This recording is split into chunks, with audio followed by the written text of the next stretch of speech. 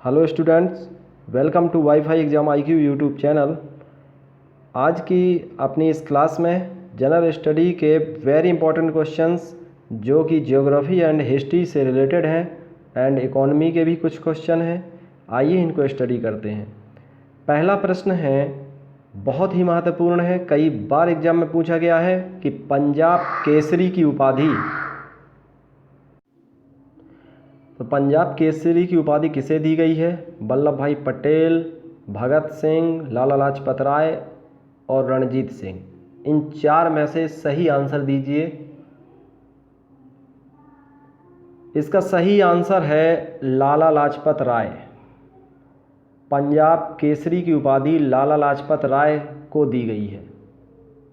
पंजाब केसरी इन्हीं को कहा जाता है, लाला लाजपत राय जी को। यहीं पर मैंने केसरी से मिलता जुलता एक क्वेश्चन और दिया है, आपका कन्फ्यूजन हमेशा के लिए दूर हो जाएगा। केसरी समाचार पत्र, इससे रिलेटेड कौन थे? तो इससे रिलेटेड कौन थे? बाल गंगाधर तिलक, केलकर, लाला लाजपत राय। तो जो केसरी समाचार पत्र है वो बाल गंगाधर तिलक के द्वारा संपादित किया गया था। इनसे पहले इसका संपादन केलकर करते थे। तो ये दोनों ही, केलकर और तिलक, ये दोनों ही केसरी समाचार पत्र से रिलेटेड हैं। लेकिन जो पंजाब केसरी की बात आए तो वो लाला लाजपत राय को कहा गया है। इसका राइट आंसर ए और बी दोनों हो जाएगा। ठीक है, अगला क्वेश्चन देखिए। असहयोग आंदोलन कब शुरू हुआ था? मार्च 1920, अप्रैल 1920, जून 1920, अगस्त 1920। इसका राइट आंसर बताइए। इसका राइट आंसर है अगस्त 1920। डी ऑप्शन सही है। प्रेस ट्रस्ट ऑफ इंडिया की स्थापना कब हुई? इसका राइट आंसर लिख दीजिए। 1947, 1948, 1949, 1950। इसका सही आंसर है 1947 में PTI, press trust of India की स्थापना हुई थी। आज़ाद हिंद फौज की स्थापना कब हुई थी? आज़ाद हिंद फौज की स्थापना कब हुई? 1940, 1942, 1943, 44। तो इसकी स्थापना हुई थी 1942 ईस्वी में। मोहन सिंह के द्वारा हुई थी। जापान में आज़ाद हिंद फौज का गठन हुआ था 1942 में। नील आंदोलन का नेतृत्व किसने किया था? दीनबंधु मित्रा, दिगंबर विश्वास, विष्णु विश्वास, या बी और सी दोनों? इसका राइट आंसर है दिगंबर विश्वास और विष्णु विश्वास दोनों। ऑप्शन डी सही है, बी और सी। दिगंबर विश्वास और विष्णु विश्वास इन दोनों ने किया था नील आंदोलन, यानी कि बी और सी, ये ऑप्शन सही है। नील आंदोलन का नेतृत्व इन्होंने ही किया था। जबकि नील दर्पण जो पुस्तिका, नील दर्पण जो किताब लिखी गई थी वो दीनबंधु मित्रा के द्वारा लिखी गई थी।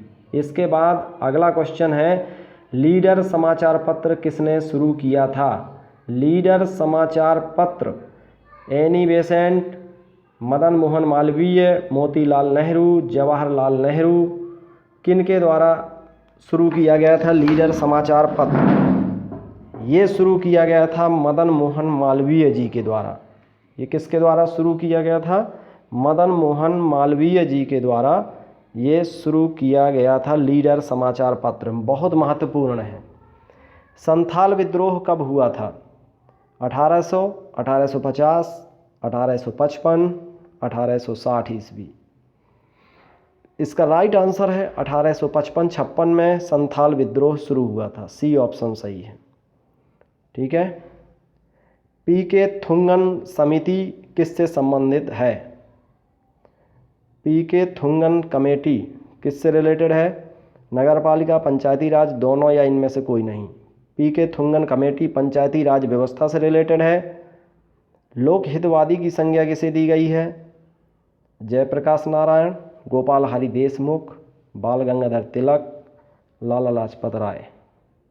लोक हितवादी की उपाधि दी गई है गोपाल हरि देशमुख को। जिसमें लोक नायक की बात आए तो लोक नायक कहा गया है जयप्रकाश नारायण को, और लोकहितवादी गोपाल हरि देशमुख को। ठीक है, इसके बाद अगला क्वेश्चन है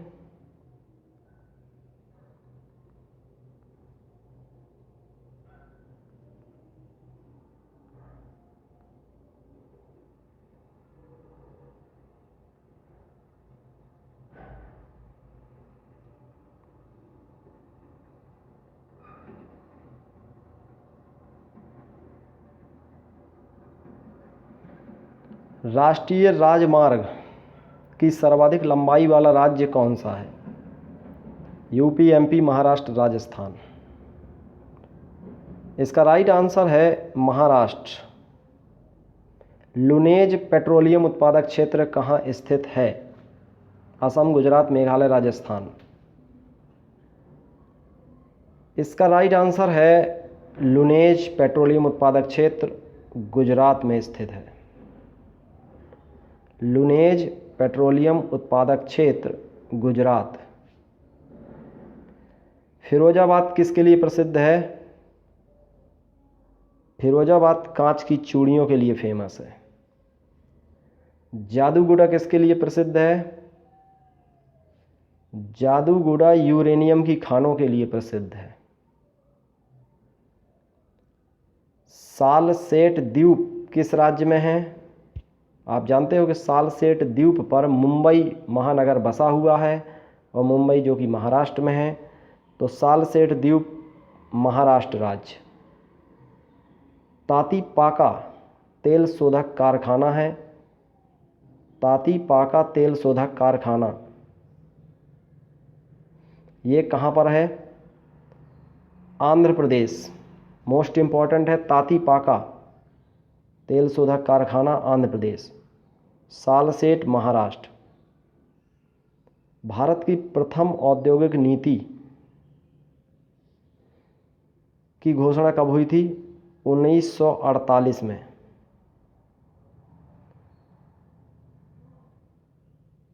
लौह अयस्क उत्पादक क्षेत्र है दामोदा श्रेणी, वो कहाँ पर है? दामोदा श्रेणी लौह अयस्क से रिलेटेड है, और ये पश्चिमी बंगाल में है। दामोदा श्रेणी, दामोदा रेंज पश्चिमी बंगाल लौह अयस्क के लिए फेमस है। गैर परंपरागत ऊर्जा स्रोत कौन नहीं है? गैर परंपरागत ऊर्जा स्रोत वो स्रोत हैं जिनसे प्रदूषण की संभावना बहुत कम रहती है। तो इसका राइट आंसर है, देखिए, पवन ऊर्जा, बायोमास, भूतापीय ऊर्जा, ये सब गैर परंपरागत ऊर्जा स्रोत हैं। और वो पूछ रहा है कि कौन नहीं है, तो इसमें परमाणु ऊर्जा ये गैर परंपरागत ऊर्जा स्रोत नहीं है। विद्युत का कुचालक कौन होता है? इसमें मैग्नीज और लोहा और क्रोमियम ये तीनों सुचालक होते हैं, और जबकि सीसा, सी ऑप्शन, सीसा विद्युत का कुचालक होता है। ठीक है, सीसा में करंट नहीं लगता है, कुचालक होता है, इसमें ऊष्मा का प्रभाव नहीं। ठीक है, विद्युत का कुचालक यानी कि करंट की संभावना कम रहती है। मैग्नीज, लौह और क्रोमियम ये धात्विक खनिज हैं, धातुएं हैं, और ये अधात्विक है। ठीक है, ये कांच कोई धात्विक नहीं है।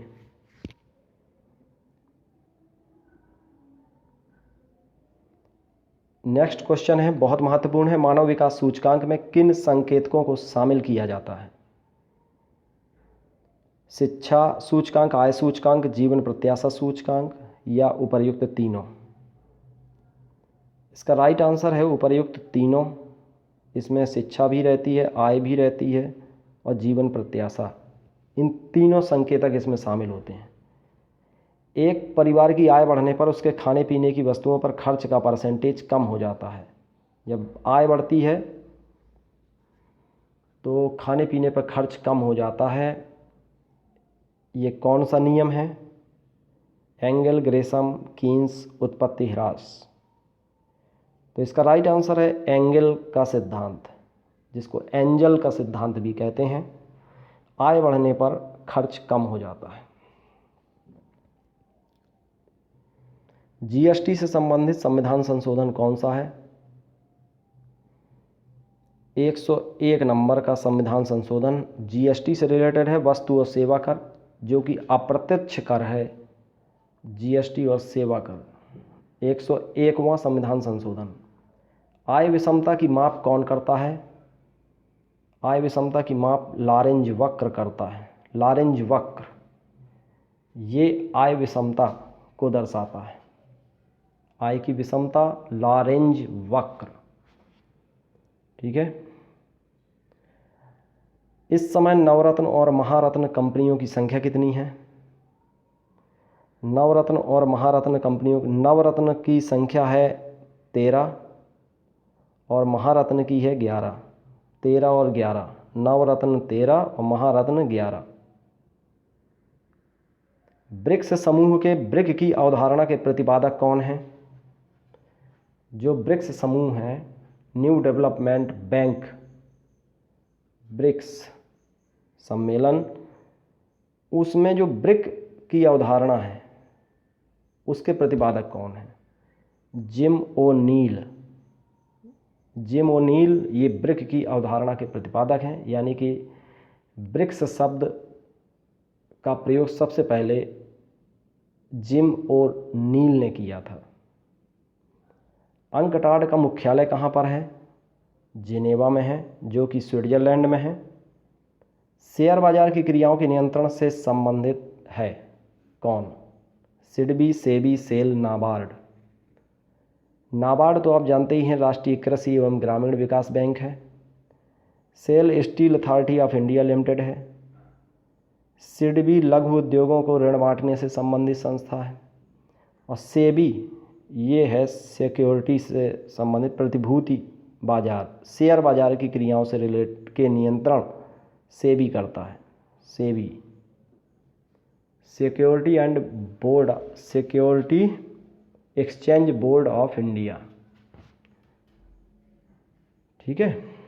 तो ये सेबी ये शेयर बाजार का कंट्रोलिंग करता है, सेबी। तो आज के लिए मोस्ट इम्पॉर्टेंट क्वेश्चंस हैं इस वीडियो में। नेक्स्ट वीडियो में आपसे फिर मुलाकात होगी, तब तक के लिए बाय।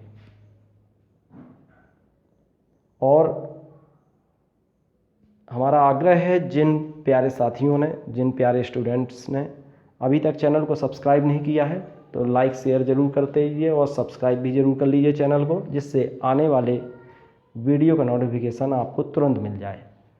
ऐसे ही बहुत महत्वपूर्ण प्रश्नों के साथ इस चैनल के माध्यम से आपको बहुत महत्वपूर्ण प्रश्न प्रोवाइड किए जाएंगे, जो कि आपके परीक्षा के लिए बहुत ही उपयोगी साबित होंगे।